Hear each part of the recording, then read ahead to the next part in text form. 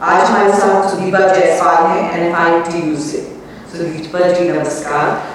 नमस्कार। हम ये जानना चाहते थे कि आप डोमेस्टिक वर्कर्स के साथ काम करती हैं, तो डोमेस्टिक वर्कर्स की क्या इशू है हिंदुस्तान में? हिंदुस्तान में डोमेस्टिक वर्कर के सबसे ज़्यादा अगर इशू हैं तो वो है फेयर वेजेस के। उनको फेयर वेजेस नहीं मिलता कि वो एक अच्छी ज़िंदगी जी सकें।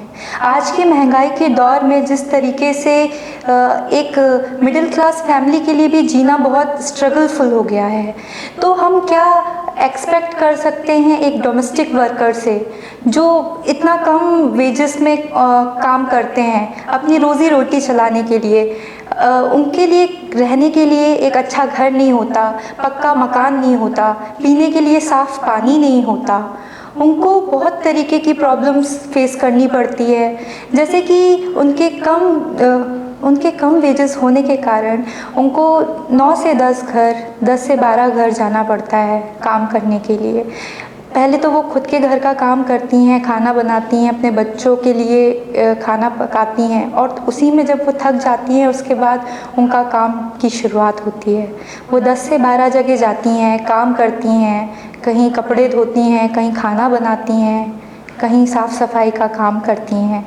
तो ऐसे में उनको मुश्किल से ज़्यादा जितना भी पैसे उनको इकट्ठे होते हैं तो वो 8 से 9 हज़ार वो कमा पाती हैं।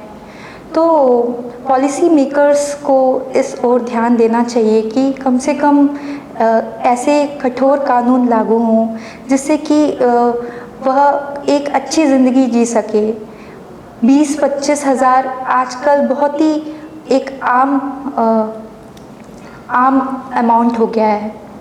तो जिस तरीके से उनकी ज़िंदगी चलती है वो बहुत ही, उनको शारीरिक प्रताड़ना, मानसिक प्रताड़ना, हर तरीके की हैरेसमेंट फेस करनी पड़ती है। इसके बाद भी उनके चेहरे में एक साइलेंट मुस्कान रहती है और वो जैसे कि दुख को पी लेती हैं, और कोई कितना भी कुछ चिल्लाए डांटे वो अपने कामों में लगी रहती हैं। मैं आपसे ये पूछना चाहती थी कि आपकी ट्रेड यूनियन फिर उनको कैसे मदद कर सकती है?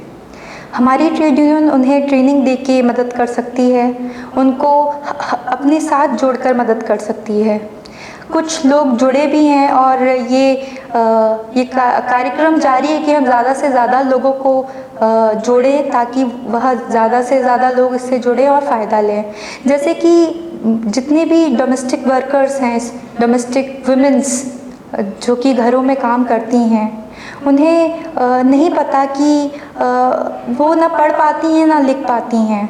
उन्हें अपने बेसिक राइट्स के बारे में नहीं पता। उनको ये नहीं पता कि आधार कार्ड क्या होता है, वोटर आईडी क्या होती है। वोटर आईडी नहीं है, राशन नहीं मिल रहा है, बहुत सी समस्याओं का बहुत सी समस्याएं उन्हें देखनी पड़ती हैं।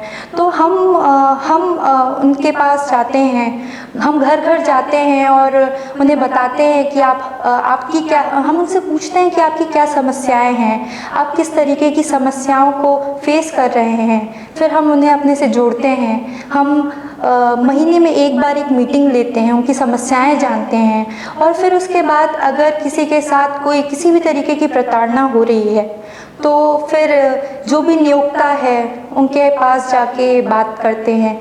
अगर वो बात को नहीं समझते तो फिर हम आवाज़ उठाते हैं उसके खिलाफ, हम कोर्ट में जाते हैं। हम इस तरीके की स्टेप्स लेते हैं ताकि उनको न्याय मिल सके। अगर उनके पास वोटर आईडी कार्ड नहीं है तो हम उनका वोटर आईडी कार्ड बनवा के देते हैं। छत्तीसगढ़ सरकार ने एक स्मार्ट कार्ड इशू किया है कि अगर कोई किसी को भी बीमारी है, कोई बीमार है घर में, तो वो स्मार्ट कार्ड के थ्रू 30,000 रुपये मिलते हैं स्मार्ट कार्ड में। तो उसको यूज़ करके वो अपना इलाज करा सके, अपने बच्चों का इलाज करा सके। इसके अलावा प्रधानमंत्री जनधन योजना, ये सारी योजनाएं, इंश्योरेंस कराना, ये सारे काम हम उनको करा के देते हैं। आपका मैसेज क्या होगा? आप किसी डोमेस्टिक वर्कर के लिए या घर में जो काम करती हैं महिलाओं, दूसरों के घर में काम करती हैं उन महिलाओं को आप क्या कहेंगे? संगठित उनको क्यों होना चाहिए?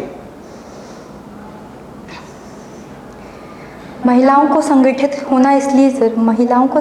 होना इसलिए ज़रूरी है क्योंकि जब नारी अकेले रहती है तो वो अबला रहती है, जब मुट्ठी बंधती है तब सबला होती है।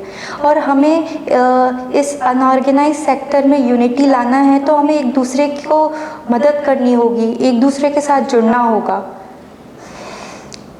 जब हम Thank you. Okay. What was that? It was a beautiful interview. You gave such powerful messages. Why are you getting emotional? Don't